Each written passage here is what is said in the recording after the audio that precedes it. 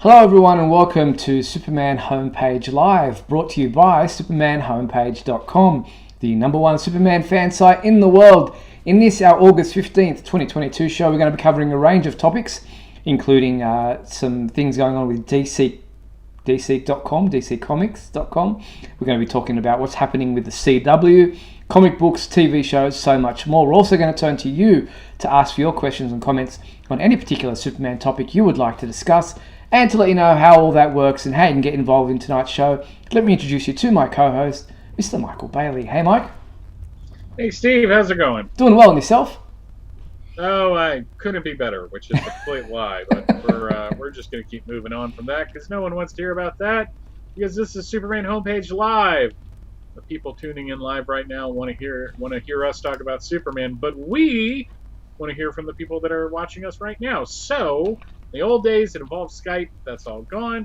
Now, all you have to do is go over to supermanhomepage.com/live and click the Call Now button, and that puts you in the green room. You can still listen to the show. You can still, you don't have to turn your speaker down or anything like that. It's all interactive. Or, if you really want to, you can take your phone out, scan the QR code that's on the screen, and you're taken to the same place. Yep, and if you're too shy to get on the phone or on the video or on the call, then you can participate in the comments. All the people watching us live, Mark, JP, Kenneth and others, are all tuning in right now, participating in the comments there. Michael and I can see what you're typing. We'll get involved in that, and we'll react to those comments and questions as the show goes along. And if you'd like your question or comment featured on the screen live as we go to air, that's called a super chat.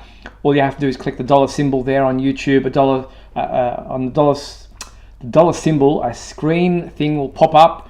You decide on a slider on how much you want to donate, and we'll feature your comment or question on the screen. There's also super chats that we've just mentioned, super thanks, and super stickers. Try those out if you want.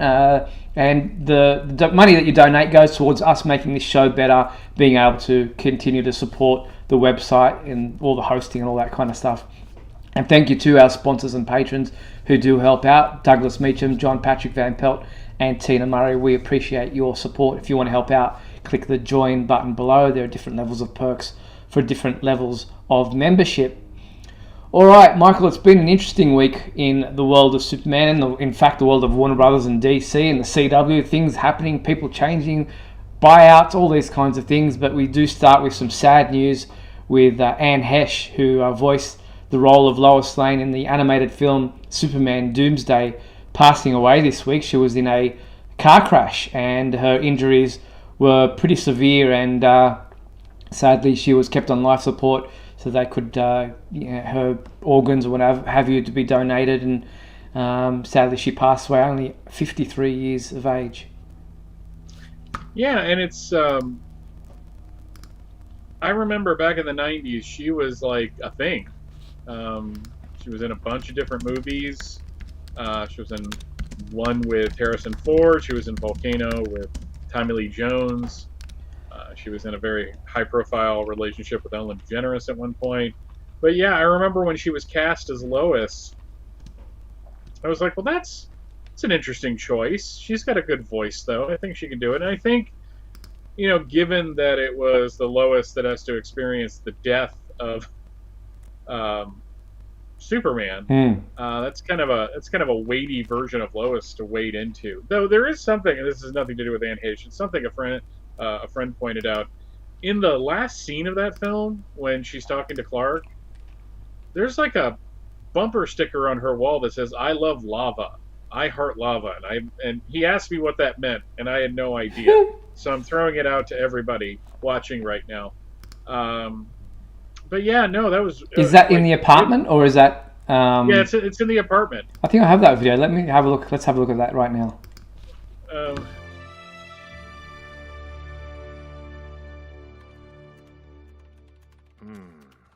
Do I smell coffee? Fresh pot. I'm almost done here. There's only one S in resurrection. Didn't realize proofreading was one of your superpowers. Well, no. But I was the spelling bee champ of Smallville Elementary. Clark.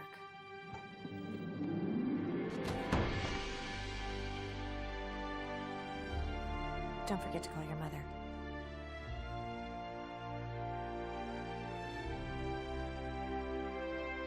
Yep, there it was.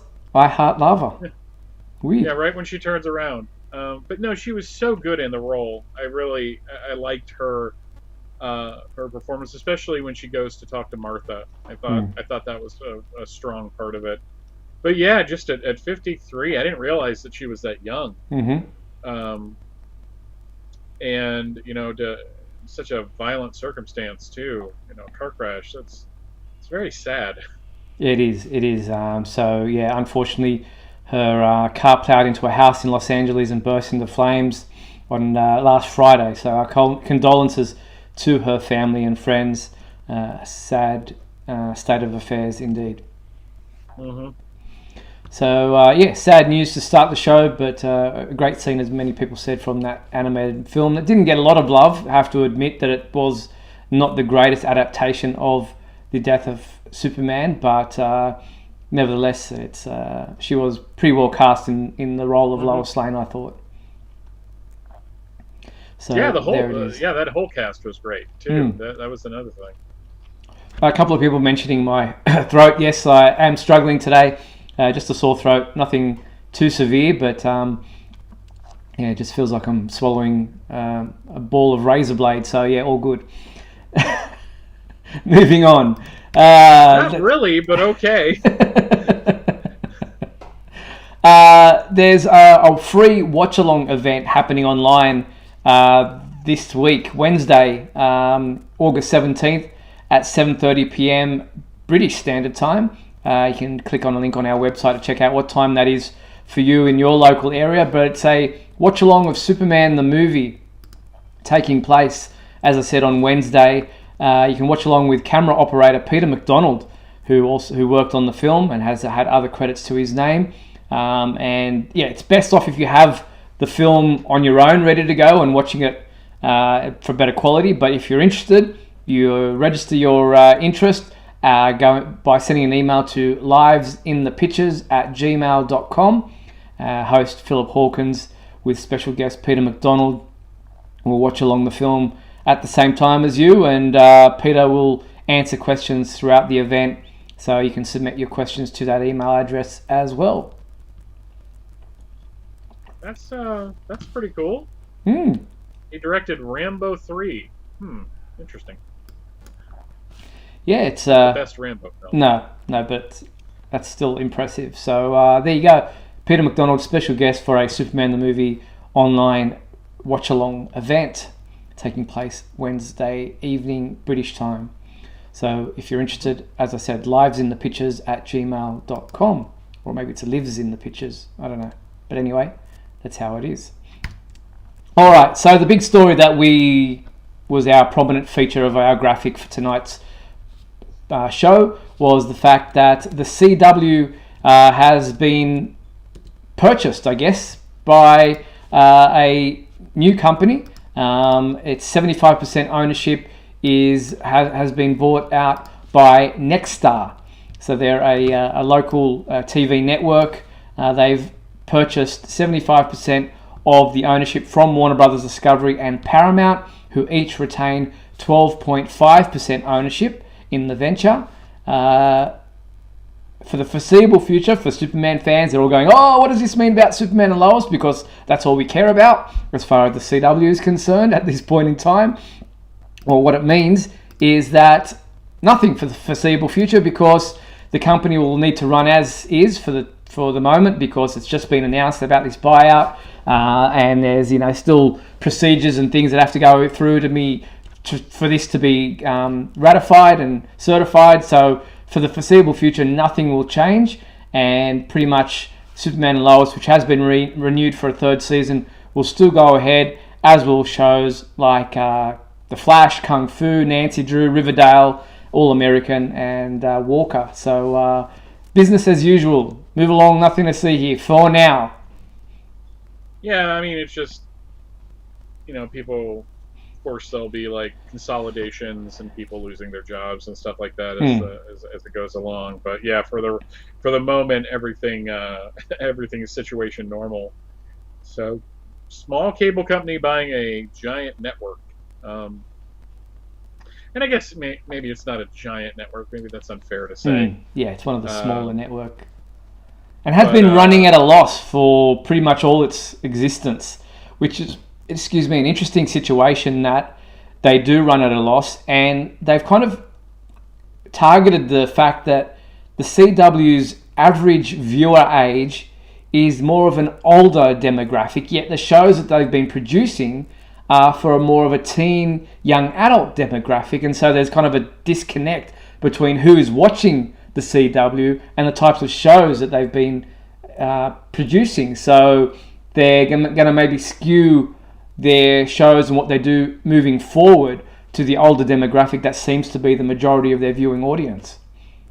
Yeah, but operating at a loss for anything in Hollywood is kind of a dubious distinction because it's all on paper. They may not have really operated at a loss. It's just they can show that on a ledger. And let's also be fair that the main reason most older people may be watching the CW like as it airs. And maybe on the app, but I think the people that binge The Flash and all the other shows when they hit like Netflix and stuff, I think that's where the real money is made, so to speak.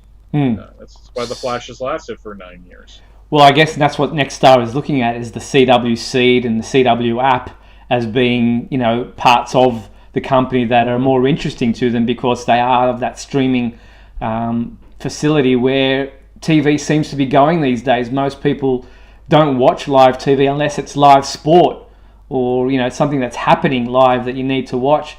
But as far as airing television is concerned, episodic TV shows, a lot of people watch them when it suits them. Yeah, and the infrastructure is already in place for the streaming, so that's another reason why it's kind of attractive to any of the buyers, but just specifically to this one. So, and I guess Superman and Lois is safe in that regard on the CW because it's an all audience, all age, type of show. It's probably, there is that teen element with the sons and their relationships with girlfriends and what have you, but it's very much a family drama because you've got Superman and Lois, who are the title characters, as parents bringing up children, which is probably where to. And so it's got elements of every age group that the CW, maybe doesn't have to worry too much about who, where, say, something like All American or Nancy Drew would be more for younger audiences. Yeah. And Riverdale is just for people that like weird television. So, interesting times. I guess the writing was on the wall. We knew that Warner Brothers and Paramount were looking to sell off parts of the CW to somebody else, and that's now been approved, or hasn't been approved yet, but the sale has gone through. And so, interesting times looking ahead to see what happens with the CW's programming moving forward. But for the time being, Superman and Lois is safe and will be seen on the CW for its third season in 2023. Woohoo! So that's good news. And we don't know beyond season 3 how long Superman and Lois would go for regardless. And if it is to have a 4th and 5th season and so on and so forth, it may well be transported to whatever happens with HBO Max and the Warner Brothers side of things. A lot of shifting parts. There is so much that is uncertain right now. It's going to be really strange to see how this all shakes out. Yep, a lot of upheaval and turmoil. But speaking of Superman and Lois, they have received 6 Saturn Award nominations, which is great to see. The Saturn Awards are in their 50th, celebrating the 50th anniversary with the Academy of Science Fiction, Fantasy and Horror Films set to reveal the winners on October 25th at an event that will be live streamed on Electric Now, whatever that is. Do you know what Electric Now is? That is Dean Devlin's entertainment company. Okay. It produced Leverage and The Librarians. Shows like that. So very cool. Well, Superman and Lois has received a nomination for Best Science Fiction Television Series on network cable, which its fellow nominees are The Flash, The Man Who Fell to Earth, Supergirl, got a nomination there as well, Resident Alien, and Westworld. So it's up against some pretty stiff competition. Westworld was a pretty impressive series and continues to do really well for HBO. Tyler Hoechlin has been nominated for Best Actor, and Elizabeth Tulloch has received a nomination for Best Actress, while Emmanuelle Chikri is up for Best Supporting Actress. And the Super Sons, Jordan Elsas and Alex Garfin, are up against each other in Best Performance by a Young Actor. So it'll be interesting to see. Yeah, fight it out. The brothers up against one another. Mm-hmm. So, and that's pretty cool. So, 6 nominations in total. And as I said, the winners will be revealed on October 26th. So, congratulations to all those people involved in Superman and Lois for their nominations. That's pretty cool. Yeah. Well it's done. weird that the brothers are nominated in the same category. That's kind of funny. Yeah, it is. And they're up against Jack Elcott from Dexter, Zachary Arthur from Chucky, Breck Bassinger from Stargirl, and Gus Burney from Shining Vale. So I think they're probably in with a good chance, one of them. Yeah, I mean, Stargirl might give them a run for their money because she's pretty strong, but that's just thinking from a superhero standpoint. Sure, fair enough. All right, and if you're interested in catching up with the stars of Superman and Lois and you're in Canada, they'll be attending Fan Expo Canada, which will take place on August 27th. Or they'll be there. Tyler and Bitsy will both be there on Saturday, August 27th. There'll be a special panel titled Behind the S, which will see Tyler Hoechlin and Bitsy Tulloch take to the stage on Saturday, August 27th from 11 a.m. It's only a 45-minute panel in room 106 in the Metro Toronto Convention Centre. Also, and he's been doing all the conventions, Nolan North, who voices the role of Superman and Superboy on Young Justice. He'll be there on Friday and Saturday and Sunday. And as always, fans can take a photo with the celebrities or grab an autograph for a fee. And if you're interested in purchasing tickets, fanexpohq.com is the place to go. Yep. So, yeah, good one. And they've moved to Canada now for the month of August because in September, that's when Season 3 starts filming. Yeah, still not happy about that. Really wanted them to come to Dragon Con, but I guess that's just not to be. Scheduling. Drat. So there you have it. So, pretty cool that they're still doing the circuits for the conventions, and we'll be in Canada for that convention. All right, this was an interesting one this past week. Kevin Smith was a part of a episode of his Hollywood Babylon YouTube series. He revealed that, well, we've been talking about the turmoil at the Warner Brothers with, Batgirl being canned, past months Wonder Twins was given the axe, and then there's all this turmoil about, what shows are going to be happening, this new 10-year plan, things, we're hearing that Titans might not go ahead any further with all these cancellations and a whole new shift in what's happening at Warner Brothers with their DC properties. But he revealed, Kevin Smith that is, that he was working on a Bizarro, Jimmy Olsen, Perry White story for a HBO Max series that was supposed to be titled Strange Adventures, which was going to be like an anthology series of lesser characters from the DC universe in a TV series concept, where Berlanti Productions was going to be, putting together this Strange Adventures series, and he was writing a script for a Bizarro story, as I mentioned. Let's hear him talk about exactly what that was going to be about. Here is what Kevin Smith had to say about Strange Adventures. And the story was a Superman-less story. And sorry, before I continue there, warning, there is some language. That's Kevin Smith. Deal with it. Oh, that's not the one. And the story was a Superman-less story, which, if anyone saw my Masters of the Universe, I know how to take the main character out altogether. Make a lot of people happy in the process. Everyone loves that sort of They thing. like it. Do more of that. So it was a story about it was essentially the Bizarro secret origin, and they took Bizarro wound up taking Jimmy Olsen and Perry White, that was my other character, to Bizarro World, a version of Bizarro World, and he didn't appear as like me, I'm Superman. He appeared as a guy in an old Superman costume, like George Reeves or something like that. And slowly over the episode, he was a guy who essentially was a paranormal god in a different dimension. And into that dimension one day, an edition of the Daily Planet had been sent through a teleporter, an experiment in Metropolis. It wound up into this voidless dimension where this being tried to replicate the world of the Daily Planet, which includes stories about Superman. And he set himself up as Superman. So everybody there is like, we love Superman, but as soon as his back is turned, they're like, help us. So the character slowly over the course of the episode would, the veneer would fall. And there was a rebellion that was growing within this fake metropolis where they would put backwards S's up on the wall to warn people about, he's not what you think he is, and that's where the backwards S came from. And then slowly he became, over the course of the episode, Bizarro. And then came back to Metropolis and fought outside the Daily Planet. The opening scene had a giant toy soldier that was frozen outside the Daily Planet because Toyman had attacked the day before. So that plays in the finale and shit like that. And then at the end, he winds up doing something fairly heroic. Like, he comes as a monster but winds up saving a fucking child and finally gets to be the Superman he always wanted to be, and then takes off and stuff like that. And they're like, I wonder if we'll ever see him again.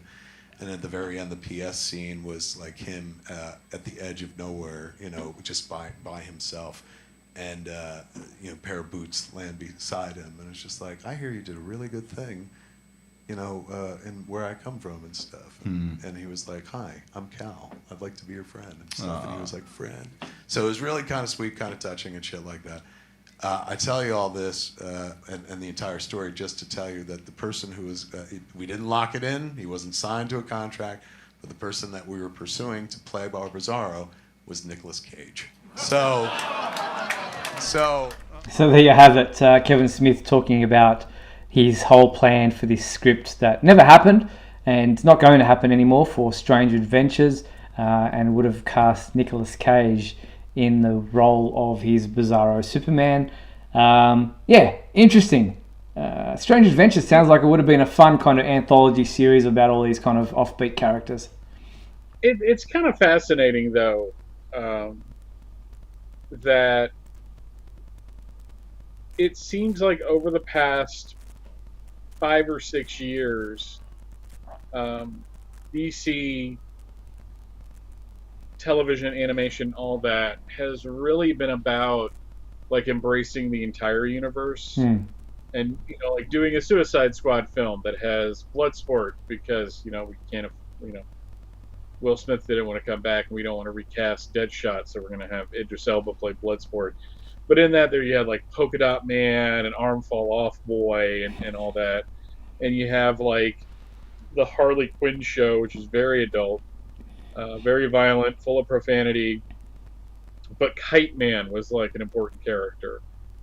And now with Strange Adventures, it's just it sounds like they were going to do a Wonder Twins movie. There's the other big thing.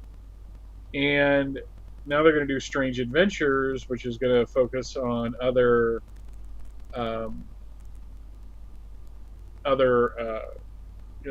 little known DC characters.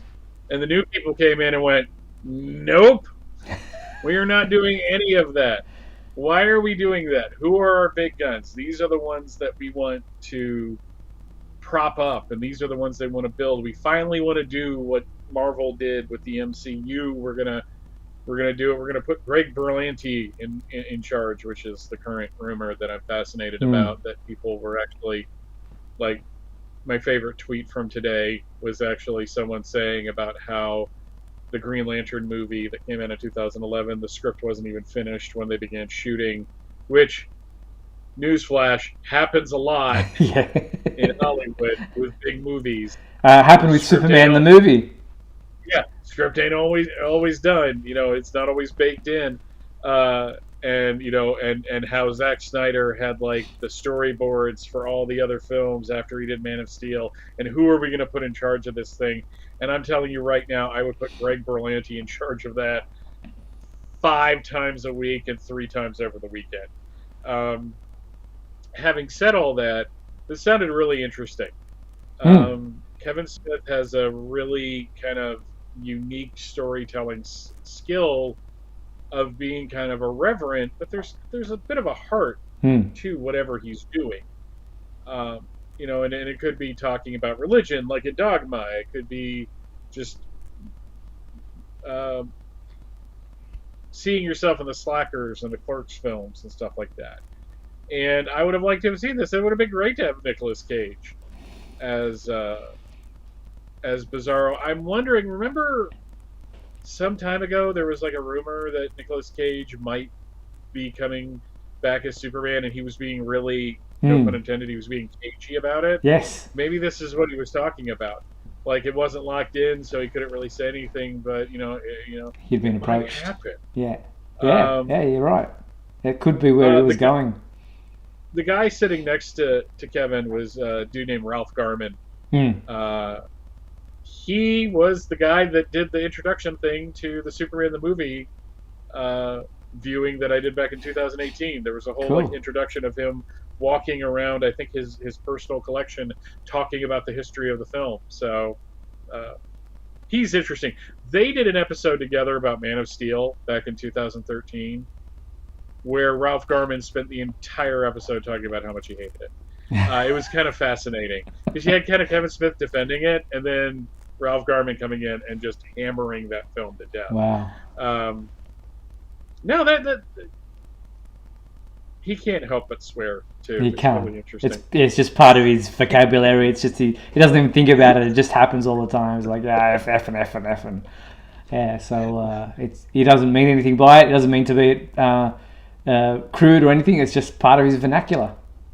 So that's Kevin Smith.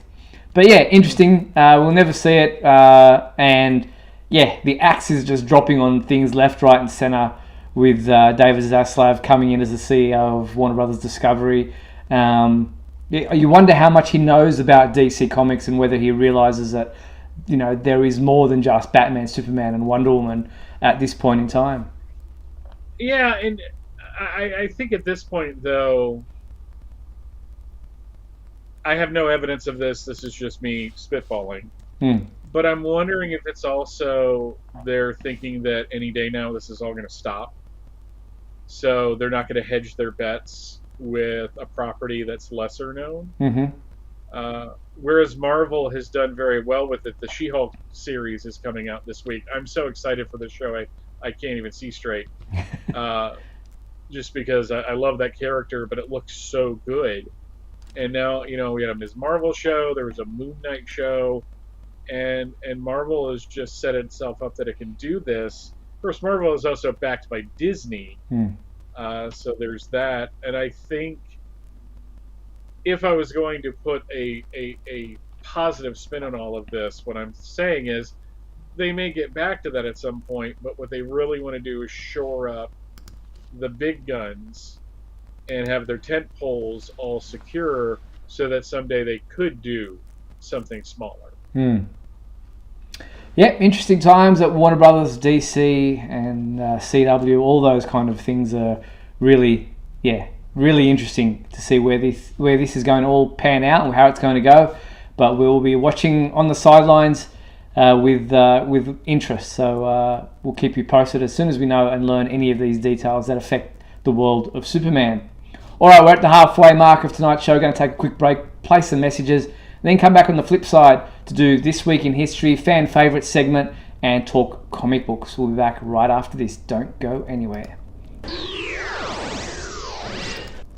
We'll be back in a moment with the exciting climax of today's episode. So stand by. If you're enjoying Superman Homepage Live, then please like and share this video with your family and friends. Also, if you'd like to subscribe to our YouTube channel, then you can click on the bell to receive notifications whenever we post a new video.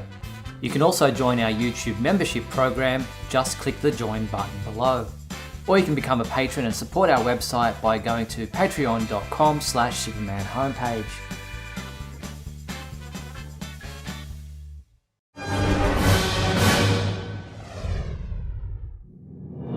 Look, up in the sky. It's a bird. It's a plane. No, it's SupermanHomepage.com, the #1 Superman fan site in the world. SupermanHomepage.com, covering the world of Superman from the 1930s to today.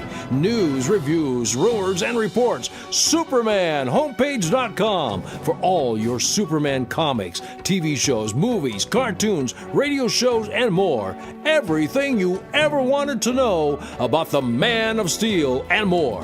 SupermanHomepage.com.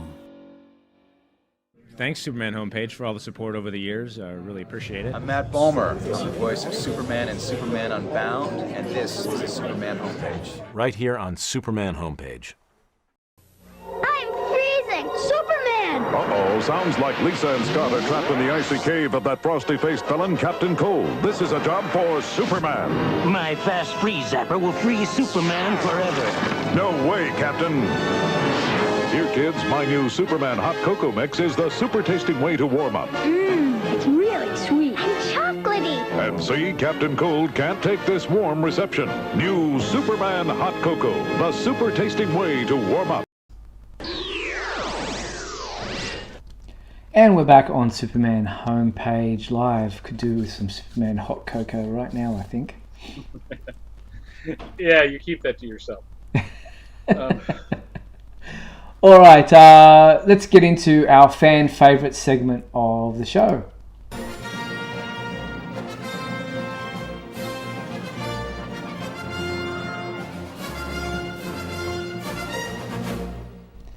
All right, Michael, what was our fan favourite question from last week?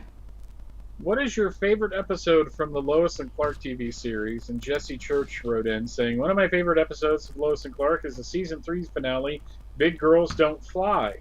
An episode of a 4-part story which involves New Krypton, Roger Daltrey as alien assassin Tez, Clark leaving Lois and Earth to marry Zara, and a new blue and black suit for Kal-El at the end. Quite a cliffhanger.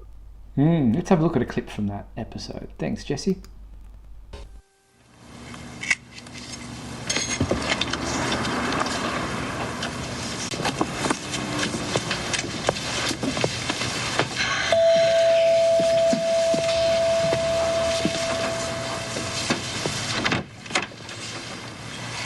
Hi.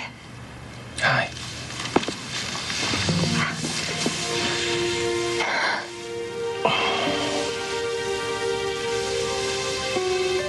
Your sweater.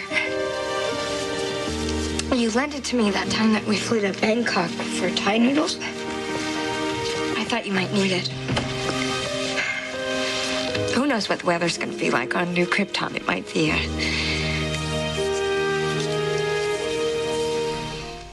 So there's Lois trying to deal with the fact that Clark is about to leave her to go to New Krypton, as Jesse let us know about. So, yeah, thank you, Jesse, for that one. Next up, Alexandra wrote, my answer is the pilot. The plot seems to me much more developed than in most episodes. Lois is still clever, spicy, and full of determination. Lex is magnificent, and John Shea has cemented here one of the definitive versions of the character. And the end of the episode, the face-to-face between Superman and Lex. I'll add that beyond this platitude, my other than the pilot favourite episodes are the 3 with Tempest. I loved Lane Smith acting. It seemed the plots were building stronger threats for Superman when he was around. Yeah, thank you, Alexandra. Here's a clip from the pilot from thanks to Alexandra. I still don't believe it. A man who flies. Jeez, it's all over the TV. Oh, Jimmy, don't believe everything you see on TV. I'll tell you one thing, though. Whoever pulled off a hoax like this is... Great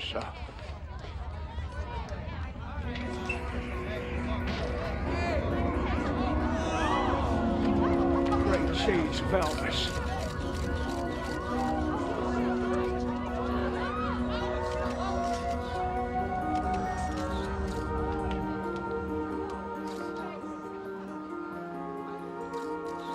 I see it, but I don't believe it.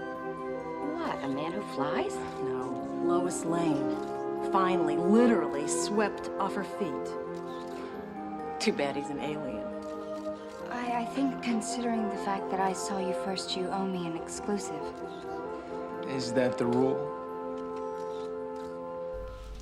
There you have it, a clip from the pilot episode. That's a pretty impressive flying sequence there, considering he comes through closed doors. Like, that's... Yeah. And, people will be going, oh, how did they do that? There's no wires because he's come, the door frame is there or what have you. So it's really well done. Yeah, the landing was a bit clunky, but no, I think that's still one of the quintessential images from that series. For sure. Was them coming through the Daily Planet. Brian Ignatius Pratt wrote, I would say my favorite Lois and Clark episode would be from Season 2, Tempest Fugitive. From Lois finally discovering Clark's secret to Tempest's biting accusation that she is the most galactically stupid woman who ever lived, and from Clark dealing with the fallout of his supposed identity to the character-defining line, Superman is what I can do, Clark is who I am. The episode is arguably a defining moment for the TV series. In addition, this already superb episode was enhanced by a touching moment of Clark meeting two younger versions of the Kents, as well as Lane Davies' brilliant performance as Tempest. Speaking of Lana, I was fortunate to meet him at a gathering of Lois and Clark fans back in 2005. I attached a couple of pictures from the moment. You should deem either of them worthy to share. Yep, there is a picture of Ryan with Lane Smith, so thank you for that. And let's have a look at Lane Davies. Lane Davies, sorry. No. Thanks for that, Michael, correcting me on that. That would have been impressive. Yeah. Here is a clip from that episode. Thanks to Ryan. Or I'm really H.G. Wells? He is. Tempest. Hello, Herb. What are you doing with that horrible weapon? I'm going on a trip, and you're driving. Don't I know you? I don't think so. Most of my friends are pro-gun control. No, wait. Lois Lane. Yes, I've seen the holograms. Well, this is a special pleasure, Miss Lane. I'm Tempest. I'm from the future that you and Superman created. Me and Superman? A world of peace. A world with no greed or crime. A world so boring you'd blow your brains out, but there are no guns. You want to know the future, Miss Lane? No one works. No one argues. There are 9,000 channels and nothing on. Well, I intend to do something about that. Herb, set the time machine for Smallville, 1966. Smallville? No, we have no fuel. So there you have it. There's a nice clip from that episode. Any episode with Lane Davies playing what was this character's name? Tempest? Yeah. Tempest. Pretty cool. Anything with time travel is a bonus for me. Yeah, he did a really good podcast interview last year that you shared on the website that I found kind of fascinating. All the little behind-the-scenes things that you never really hear about because they don't. By the time Lois and Clark was coming out on DVD, the behind-the-scenes stuff was getting less and less. So, Patrick O'Neill. Oh, this.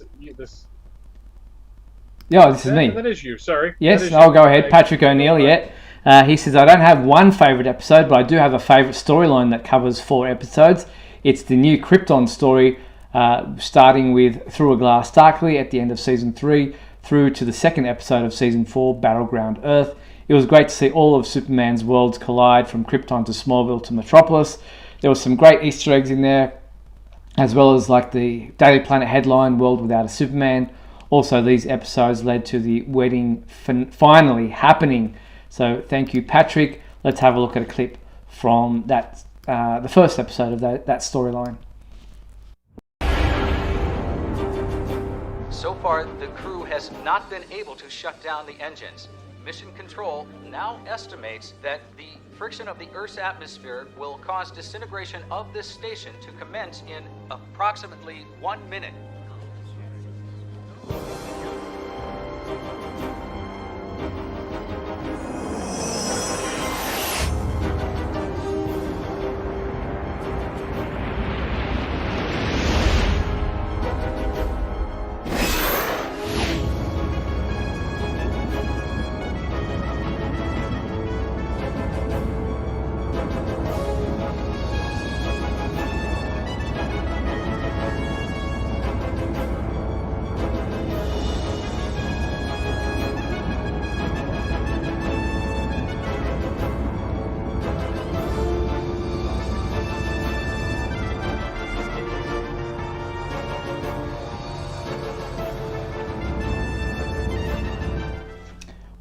We'll forgive the fact that Superman's cape is flapping around in airless space, but it's very dramatic. Superman 4 did it better. I really think Superman 4 did it better.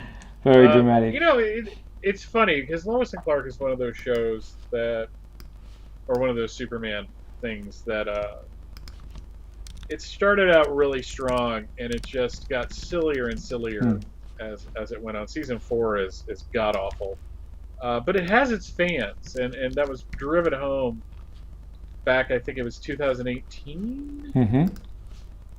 We did a panel at Dragon Con about Lois and Clark, and the thing that struck me about it is, at one point, opened up to the very packed room, which was surprising.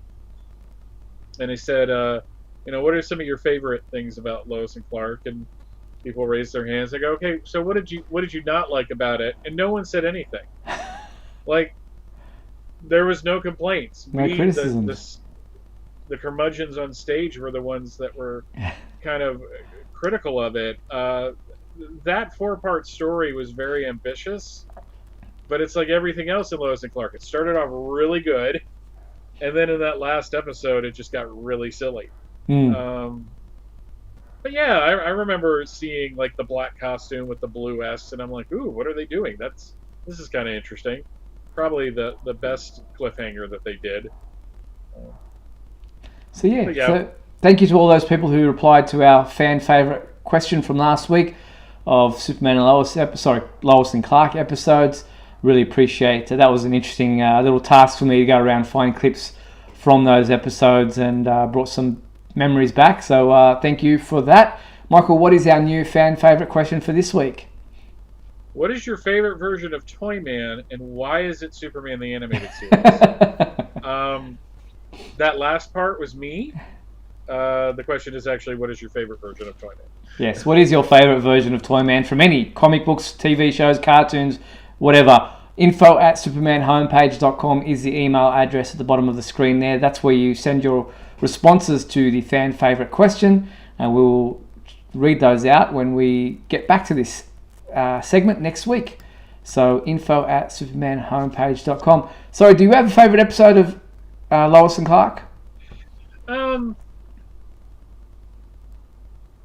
I don't have like a favorite episode, but I do think the first season is the best.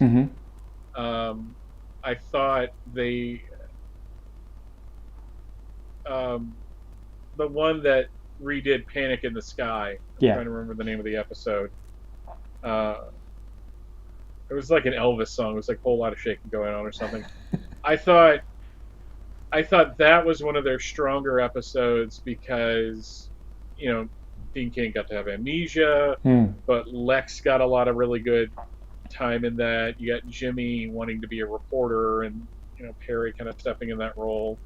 And really the ending, the final episode of Lex and Lois getting quote unquote married and, Lex getting stopped. I just thought that through the first season they had something really strong, and then in the second season it just still kind of had some of the glimpses of the first season, but they definitely started getting a little sillier. Yeah.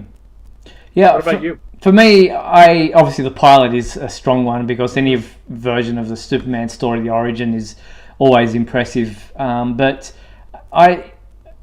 two things come to mind. The episodes, I don't know necessarily the titles, but once Lois found out about his secret identity and the way that she would then cover for him, I really liked that dynamic because it was always him coming up with ridiculous reasons why he had to go off at the most inopportune moments, and it was frustrating for the relationship and romance because every time they looked like they might come close, he had to dash off and come up with some crappy excuse. But then once they came together, she was the one trying to come up with crappy excuses, and it was really kind of funny to see that dynamic. You're about to say something. It jogged the memory. No, I finally realized I did have a favorite episode, unfortunately, and it had a really sad. The one where Mason dies. Because that was Lois and Clark's first date, and it was just a really good episode, and she dies at the end, realizing that he's Superman. And I remember being really upset because I really liked Mason Drake as a character.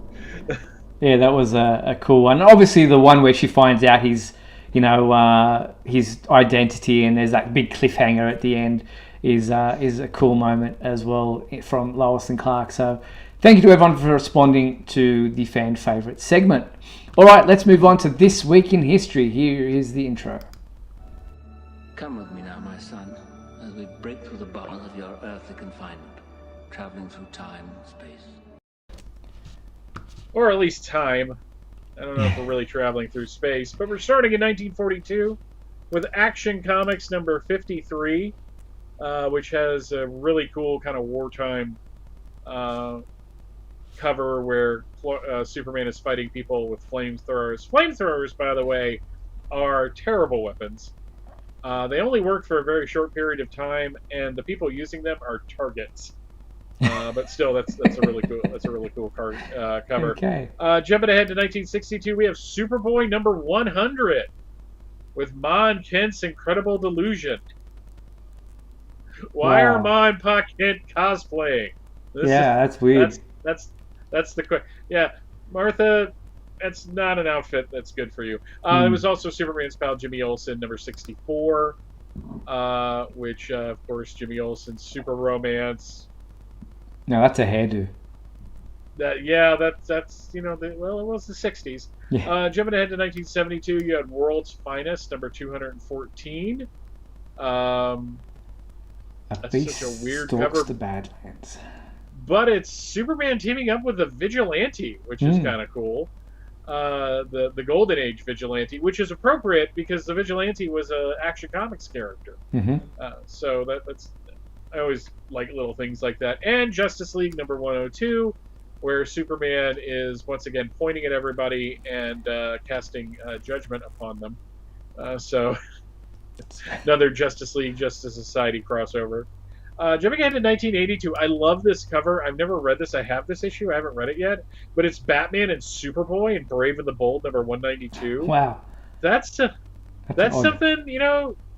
that's a different concept there. I like that.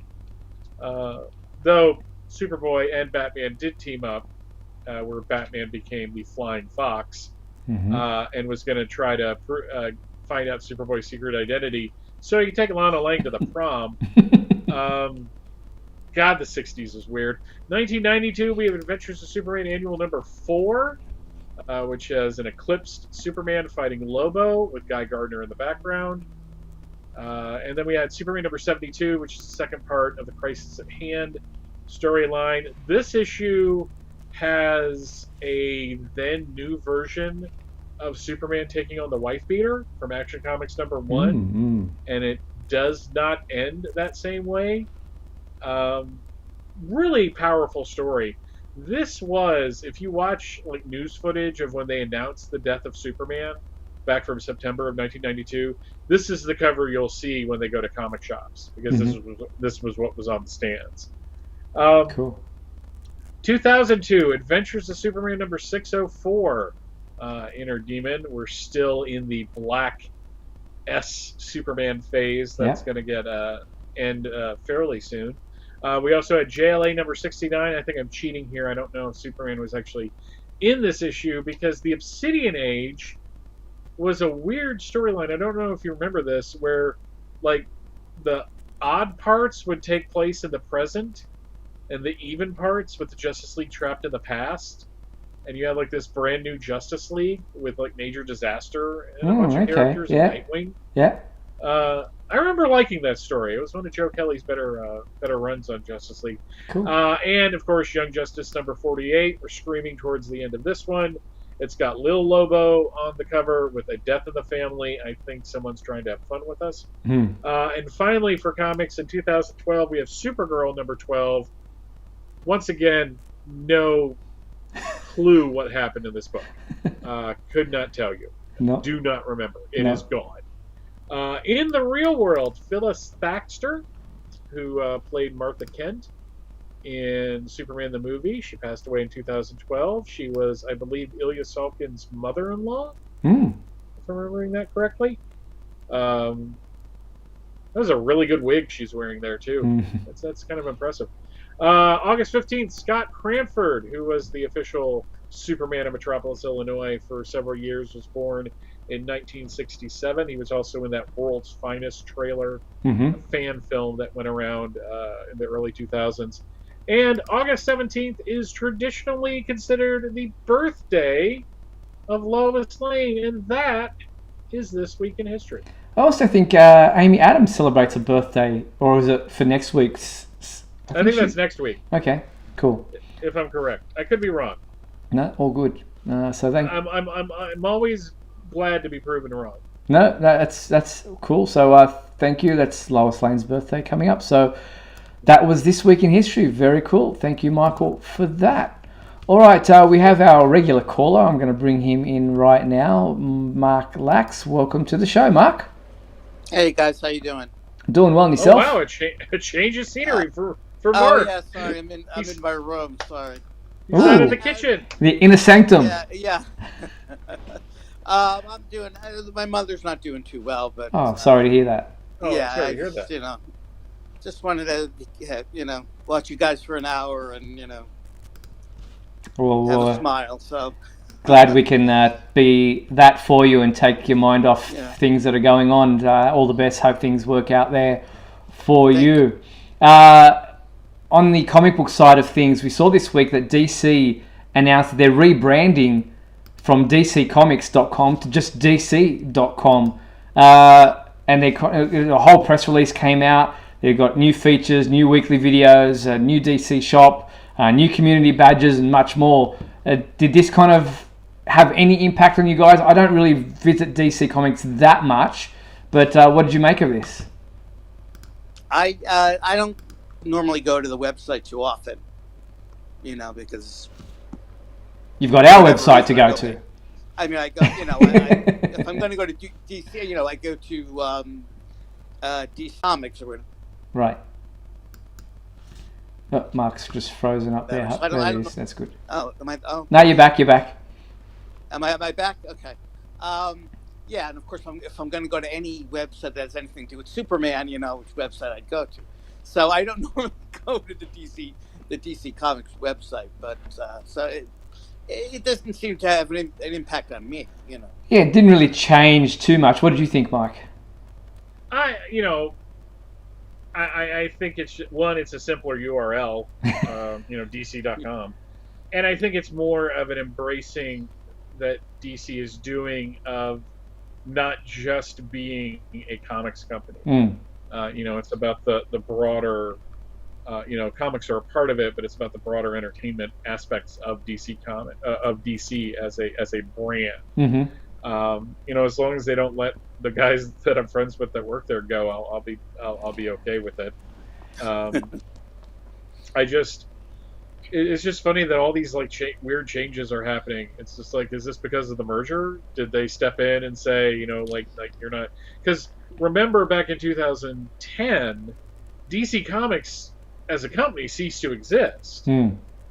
DC Comics as a brand existed, but it was DC Entertainment. Right. That's right. So and they completely restructured how that worked.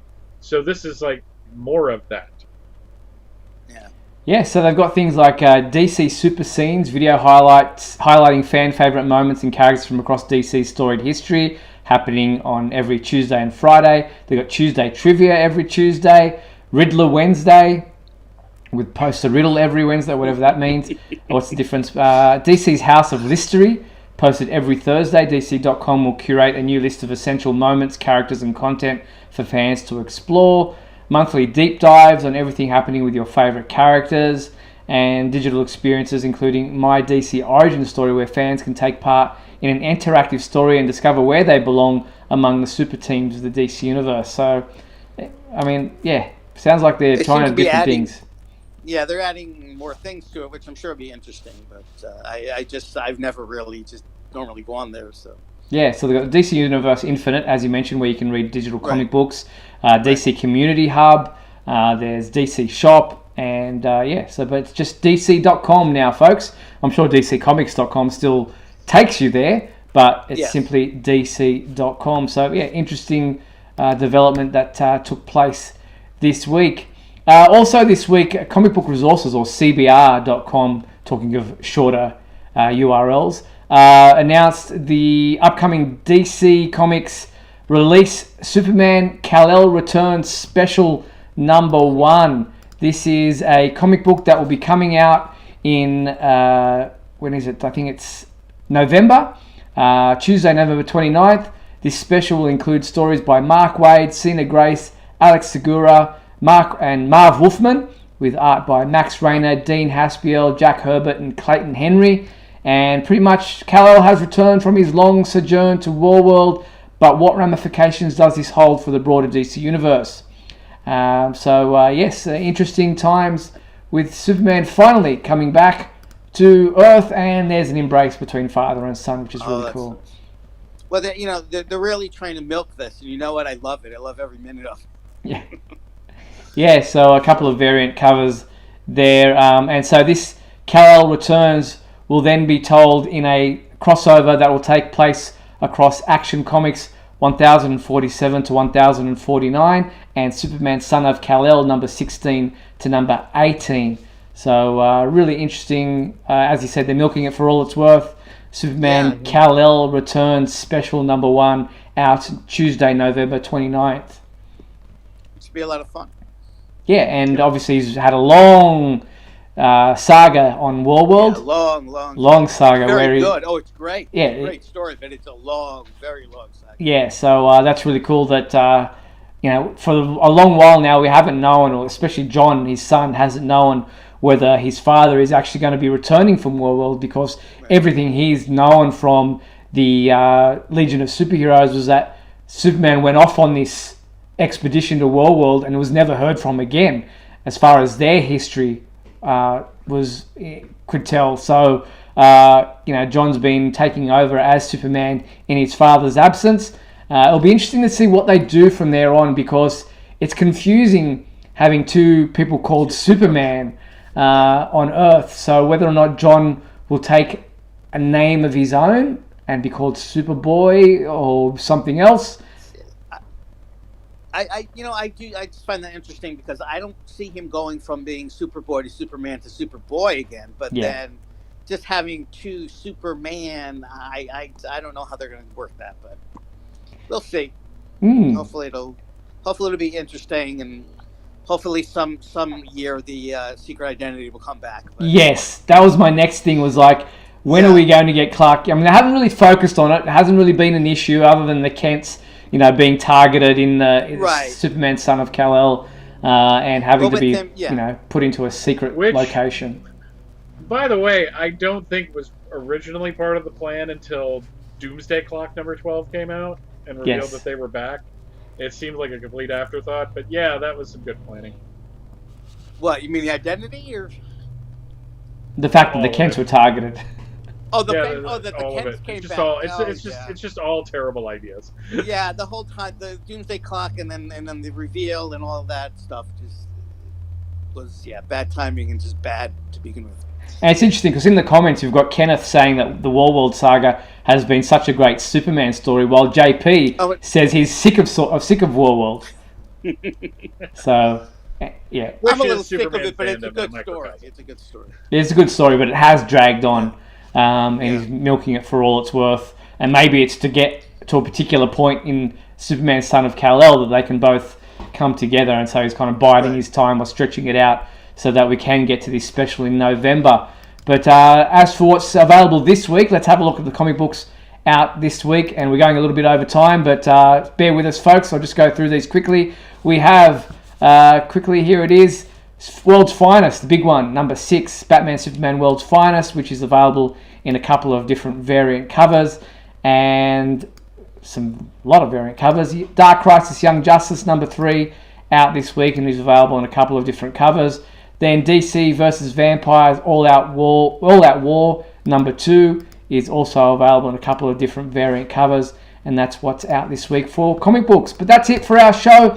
Thank you, Mark, for calling in and being on this episode once again. Really appreciate you calling in, and best of luck with everything going on with you and your mum. Thank you very much. See you, Mark. All right, I'll speak to you guys soon. Take care. Take care. Bye. Well, that pretty much brings us to the end of tonight's episode. I want to thank everyone for tuning in to Superman Homepage Live and watching us for this past hour. Thank you to everyone in the comments for your participation. And thank you to you, my co-host, Mr. Michael Bailey. Thank you, Mike. Pleasure as always, Steve. Go get some rest. Yes, and you too. You've had a busy day as well. So thank you, everyone. Michael and I will be back next week on Monday, 7:30 p.m. What is it? The Monday, the August 25th? 22nd.